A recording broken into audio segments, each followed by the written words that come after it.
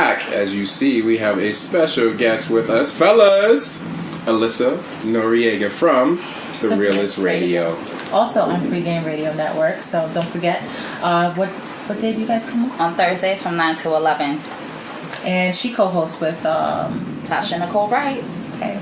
So the reason why we brought Alyssa Noriega on is she's going to give us the reality TV wrap-up.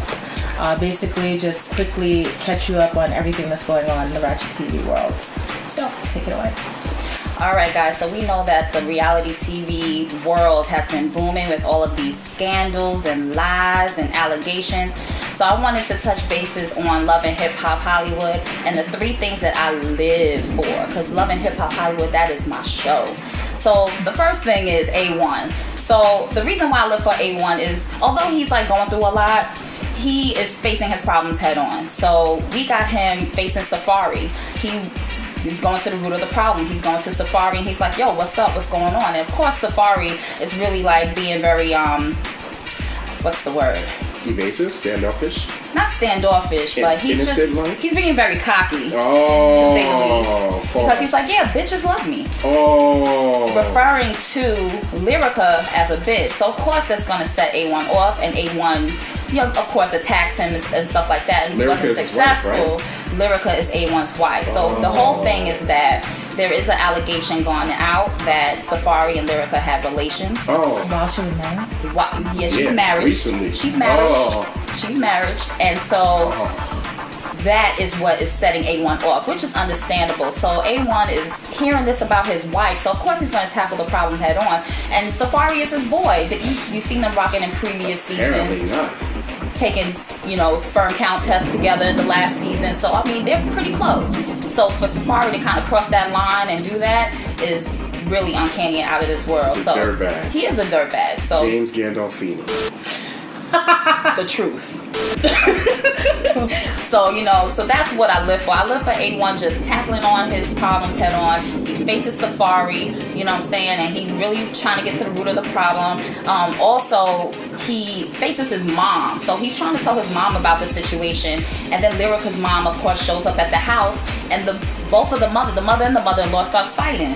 And it's just ridiculous. But of course, A1, he kicks both of them out because of course he don't need any additional negative energy around him. And with that being said, with A1 kicking out his mother and his mother. Okay, so if you I kind of would. I get it. Because it's like that's something that he doesn't really like need. He needs somebody to comfort him because your wife cheated on you. Right. She snatched another dude. So it's like, of course, I'm gonna need some comfort. I'm gonna need some support. But Lyrica's mother is putting her own feelings in the forefront and not really thinking about her son. So yeah, I would kick her out. That's it. You out. But and then finally, another reason is that, A1 and his brother. So Lyrica's mother, of course, ratted out to his brother Floyd, to A1, whose name is Lloyd. Okay? Right. And, and his older brother, of course, is being very protective of their mom. Pretty much saying that he's being disrespectful and things like that. But, I mean, I get the whole thing, but A1 is really going through it for this episode. Like, he's fighting everybody. He has, like, no friends whatsoever. And you see the stress level on him rising. But another person that I live for is Mama Lyrica. Mama Lyrica, she is having her daughters back as she should. She is confronting A1, even though she came off a little wrong. She's still confronting A1 about the situation. Like, yo, this is your wife. You should be by her side. I don't know. How? I don't know that it's a wise decision to say this stuff unless you plan on ending it, because now you're planting a seed that these people are not going to get over it, even if you get over it. So I'm not so sure that, like, if you plan on completely dismantling the relationship, by all means, tell whoever, but to get the moms involved and then you decide you want to work it out, they're not going to forget that. But if we think back to the previous seasons, like, the mothers were already involved and the mothers didn't like each other at all. This ain't gonna help. So it's not gonna help the situation, of course, but at least Lyrica's mom is just basically like saying, like, yo, like, just talk to her. She's at my house, and she's, crying and stuff like that because she thinks Lyrica is innocent. Oh, okay, I get it now. You understand? So Lyrica's mom came to A1's house like, yo, like, can you please talk to her? Can you get this situation, resolved so that way she can go back to you and get her out of my house. But I need to tell you the truth, then, Mom. Okay, hello. And also, Lyrica's mom, Mama Lyrica, showed up at K Michelle's concert trying to start some stuff. Now, K Michelle was the plant seeder. She's still Hollywood? This is Hollywood. K Michelle is still doing concerts? Okay. Really? Oh. But K Michelle is still doing concerts. She's still doing her thing. I see. But Lyrica's mom wanted to, face it head on. Like, so she went to the K Michelle concert. First of all, trying to just slide on through security like she's somebody, like she a bad one. Okay. And they were like, she ain't with it. And they were like, no, you can't come back. And she's creating like this whole big scene. That's one thing I didn't like, was that she was really embarrassing herself and embarrassing Lyrica, just adding more fuel to the fire. And poor Paris, because now Paris and K Michelle are now friends. Poor Paris had to kick Mama Lyrica out. So I mean, but at least Ray J kind of like stepped in. You know what I'm saying? Kind of tried to diffuse the situation, but Mama Lyrica was just Ray J had a good week. He had a great week. I was freaking shocked. Like, Ray J, which is another person that I live for on Love and Hip Hop Hollywood. I hit it first.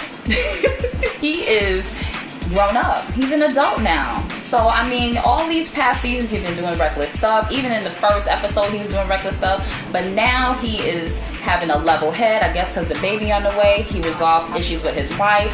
He's trying to resolve issues with his mom and his sister. And now he's trying to resolve the issues between Safari and A1. Because he's like, yo, these are my brothers. I want them together. I want to see what is really going on. Because this ain't my brother doing, this allegation. But Ray J is playing, I don't want to say devil's advocate. He was being like the top. He was Columbo, MacGyver, the top investigator of the world, because he was just basically saying, yo, Safari, Lyrica already confessed. She already told me that it happened. And he was like, yo, I didn't mean for it to happen. Oh. So he trapped him. He gave him the Bill Duke. You know you done fucked up now, right? You done fucked up. You said it was 9 or 8? Trapped him. So we all know that I knew Lyrica done did it by her reactions, because she was a little too upset. Yeah, but she's a little too extra. A little too extra for it, but yeah. I told you, fuck that bitch. Remember Dave Chappelle? Apparently you did. Sometimes this shit do hurt though. No, not like that. Depends on who it is. Especially if the person is like beneath and you get stuck with that. Nah, I want you to know I didn't. I'm gonna go hard. I don't want that on my resume. Yeah, but then you don't do a blossom, knock shit over on your way out. No, I will. If I'm telling you and you are adamant that you're going, yes, I'm gonna be mad. All right, cool. So Ray J got the juice, right? Ray J got the juice, and he. I'm sorry, that's loving. This is still loving hip hop. Still loving hip hop Hollywood. I'm kind of digging this. I might jump back in. So they got 2 more shows, right? We got 2 more shows that we got. But that's what I live for with Love and Hip Hop Hollywood. Cool. Then after that we have Basketball Wives. Now Basketball Wives has really picked it up this season. They're not a bunch of old bros just talking about the money and the fame and their ex-husbands cheating on them. Thank you for being a friend. So I mean the 3 things that I do love about this episode, I love how Malaysia is facing her demons head on. And I don't want to really say demons. Long story short, her brother got killed by a police officer, so she has this phobia of police officers. So she decided to reach out to this one officer, Officer Norman, who has shown great love in the community, and she decided to reach out to him to kind of talk to him and kind of get like a better understanding of police officers, and and share her story, because she has this extreme phobia, especially when she met Officer Norman. She couldn't even shake his hand. I get it, but I mean, to get an understanding of police officers, I don't think Officer Norman would be the person I talk to. She probably has an extreme sexual thing for them too on the Lilo. What? She probably has a sexual fetish for them on the Lilo. Well, I mean, Officer Norman is hot. Because of all officers to go to hell, really? She's the one that's always going viral for going to play play ball and stuff in the park. You ever see the officer? He's always doing really good stuff. He's tall and thin. Yeah, you see? Officer Norman. She's trying to make that thing happen. She's trying to make fetch happen. Yeah. It took an odd turn. What? That's what happens. Oh, I'm afraid of cats, but normally I don't do this, officer. Yeah.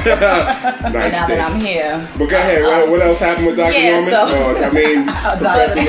Officer Norman. But I mean, we all know that Officer Norman is few and far between. and letting us know that not all police officers are the same, but it's good to see that there is a couple of officers out there officers out there that, you know, have a good heart. So I mean, I'm just glad that Malaysia tackled that. Also, one thing that I do love about Basketball Wives is that Jackie has changed dramatically. She used to start all this drama, start all these fights, get up in people's face, get belligerently drunk, break, you know, people's furniture, ripping dresses off, and now she's being like this mother figure, and it's really working for her. And it makes me want to like learn Jackie more. She was there for Malaysia when Malaysia met the Officer Norman. Is she a mother to her child? That's a question that we need to look further into, because apparently she does have issues with one of her children. There's a lot of mothers like that. Let me tell you something. Talk about it. Great mothers to everybody else's children, but they own. But that's another story. So that is another story. But I mean, Jackie is showing improvement, and she is somebody that, you know, I want to, you know, get to know as a character on Love and Hip Hop. On Basketball Wives. She would be fun on Love and Hip Hop. She would be fun on Love and Hip Hop. She will break it. Yeah, she would be fun on Love and Hip Hop. Okay, hello. And another, the last thing that I do love about Basketball Wives, and that I live for, is that Jen is still a liar. She was a liar when she was in Miami. Jen is always some brown-nosing ass bitch. Okay. Just very passive-aggressive. Very. Throw rocks, hide her hands, start shit on the low. Nothing's changed. She just lives to smell Evelyn's farts, literally. That's what she really is doing. She's not relevant. Okay? She's trying to make herself relevant, and she's doing so by spreading this lie and this rumor about Shawnee O'Neal's ex and Evelyn. It just shows like what she would do for the fame and what she would do to remain relevant. So I mean, she was doing all this stuff in Miami. That's been on for a very long time though. It has. I don't know why they didn't learn their lesson, but I mean, she will always be like, she was potentially like trying to say like she has all these receipts. She has no receipts. Tammy got all the receipts. You made Tammy look even better, which we all know Tammy, she don't really lie. She just tells it like it is.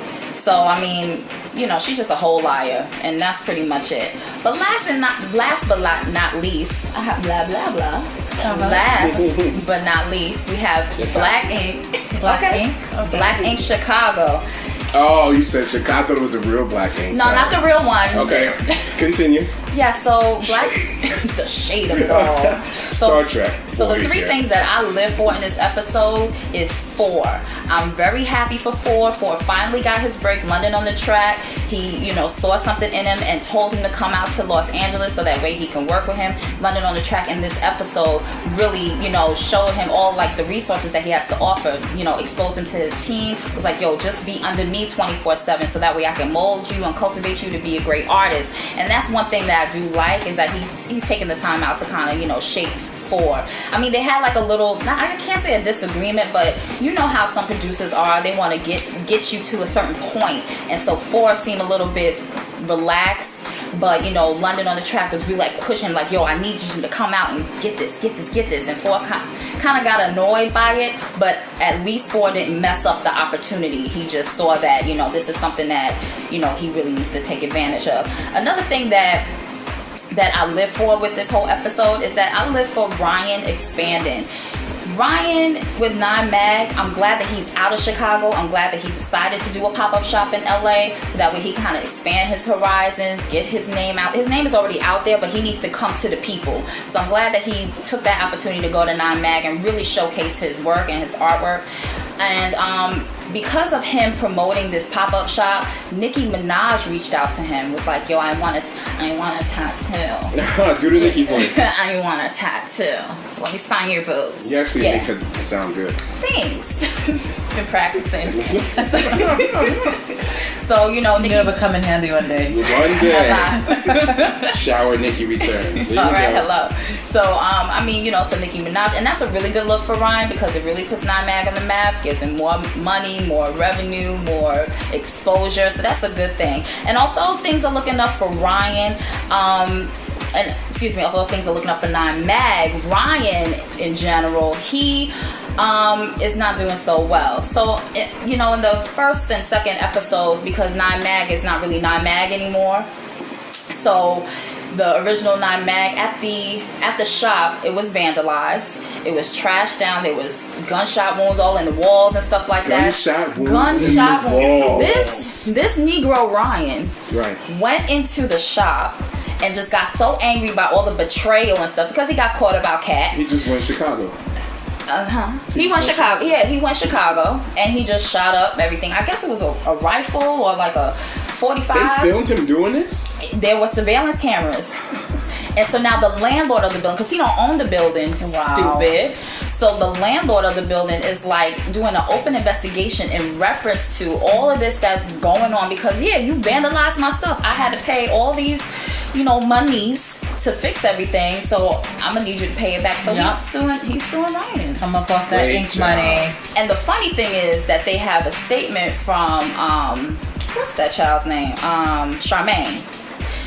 They have a statement from Charmaine, and she was talking. She has something to say. Oh well, I just thought it was press, and they just wanted me to talk about 9 mag. No, the statement, which I do not have verbatim. Sorry, people. I'm sorry. But the statement pretty much is throwing Ryan under the bus. Oh wow. Yeah. So if you thought you was talking to press, you were gonna throw him under the bus. Like, that makes it better. I mean, so of course Ryan is pissed off about the whole situation. He is not happy. He ain't cool about it, and he is. Don't throw a fucking temper tantrum next time. He about to throw another one. He about to run his Wrangler over his Rubicon. Oh, he got the ruby? He got the ruby, and it's a nice color. It's an olive. It's really nice. It's cute. It's really cute. He got the. But he gonna roll it over Charmaine. So. I mean, pretty much. But that's my reality recap. Yeah. Awesome. That was dope. Thank you. That was the reality wrap up with Alyssa Noriega. Fellas, she's single. Realist Radio. Make sure you catch that every Thursday. What is it? 9 o'clock? 9 to 11 on www.pregameradio.net. Hosted by Alyssa Noriega and Tasha Nicole Wright on Pregame Radio Network. Oh yeah, let's get into that. Yeah, we should just. We're gonna slide into our first ever. Hold on, we're not gonna dig in right now. We're gonna give them the proper respect. I know. We have cake jars from our newest sponsor called Oh Sweet Mason. O.sweet.mason on Instagram. Nice. And they make cake jars and they make cookies. We have the cookies. We couldn't hold out. We ate the cookies as soon as we got them. It was crack. It was crack. Okay, she don't like sweets that much. Yeah, I inhaled the strawberry tastes like strawberries. It was extraordinary. Okay, it was great. So we managed to save the cake jars. I had this apple thing. Yeah, it was really good. We have in that jar we have banana pudding. Keeping it away from Alyssa because that's a kryptonite. She's got apple pie. Hold that up. Is it? There you go. It's apple pie. And we're gonna dig into these and let you know exactly how much they taste. I got the spizzoons right here, rhythm spoons. Okay. In a cake jar, you can put Egg spare change in. Yeah, I'm plotting on exactly what I'm going to do with the jar. We're going to share that one. And Braff, that's all you. Put cocoa butter and put it in there. Yeah, like some shea butter and stuff. Okay. Braff got his joint. I got my own joint. Pop them. Oh, I told you, see? I sniff before I... You sniff before I sniff before I... Oh, that's good. Oh, that's my grandma's. Grandma. It's quality. Oh, wow. Oh, wow. Oh, Sweet Mason. It's unanimous. This is amazing. So what do you guys say? It's like, what I like about them, everything tastes natural. It's nothing artificial. It's different when you buy a snack from the store and it's loaded with all those preservatives. This, it tastes like it just came out of somebody's kitchen. It tastes like my great-grandmother down in the bayou. It tastes like a nice... full wafers, people. A nice foam, kind of. Yeah, it's not a lot of work. It's not heavy. You just have to taste it. Yeah. It's not heavy. And it's just enough. Shout out to Matt, Takia, and Nikki, owners of Oh Sweet Mason 2. Okay? It's Oh Sweet Mason 2. My fault. Oh Sweet Mason 2. And, I mean, top notch. Order them. They make deliveries in Brooklyn and Jersey. And I don't feel like I'm going to get diabetes. Right. Yeah, it's not too sweet. I don't like These are the small cake jars. The regular cake jars are like twice as big. They're jars. They're mason jars. So we got the sample size. Yeah, we got the sample size. We got 20 seconds. You got 20 seconds? It's just crazy. It's so It's rich, but it's so light. Yeah. So rich, so light. Oh, Sweet Mason. We're going to come back after these messages. Love you.